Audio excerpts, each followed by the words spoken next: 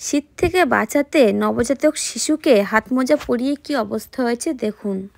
বাচ্চাটি কন্টিনিউ 1 ঘন্টা কাঁদতে থাকায় তার বাবা মা দিশেহারা হয়ে যখন বেবিকে ডাক্তারের কাছে নিয়ে যায়, ডাক্তার কোনো কারণ না খুঁজে পাওয়ায় তাকে চেক করার জন্য যখন হাত মোজা খোলে তখন এই অবস্থা দেখে।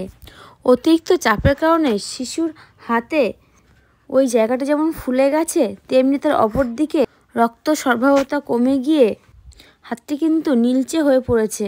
এতে কিন্তু শিশুর স্কিন বা হাতের ওই অংশে মারাত্মক ক্ষতি হয় এবং বারবার যদি এরকম হতে থাকে তবে কিন্তু শিশুর হাতে ইনফেকশন হয়ে মারাত্মক বিপদ হতে পারে। তবে হ্যাঁ, এরকম না যে নবজাতক শিশুর হাত পা গরম করতে মোজা পরানো যাবে না। তবে আমরা পরামর্শ করি বেবিকে যখন হাত মোজা পরাবেন আপনার আঙুল ঢুকছে তেমনভাবেই পরাবেন।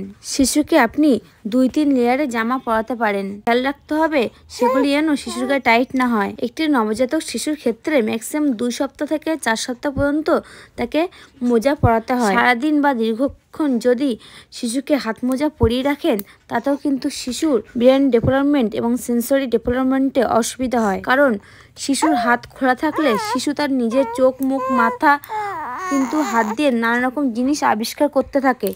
যদি হাত মোজা পরানো থাকে তাহলে কিন্তু সেগুলো করতে পারে না। ভালো লাগলে চ্যানেলটিকে অবশ্যই সাবস্ক্রাইব করে রাখবেন, একটি লাইক অবশ্যই করবেন।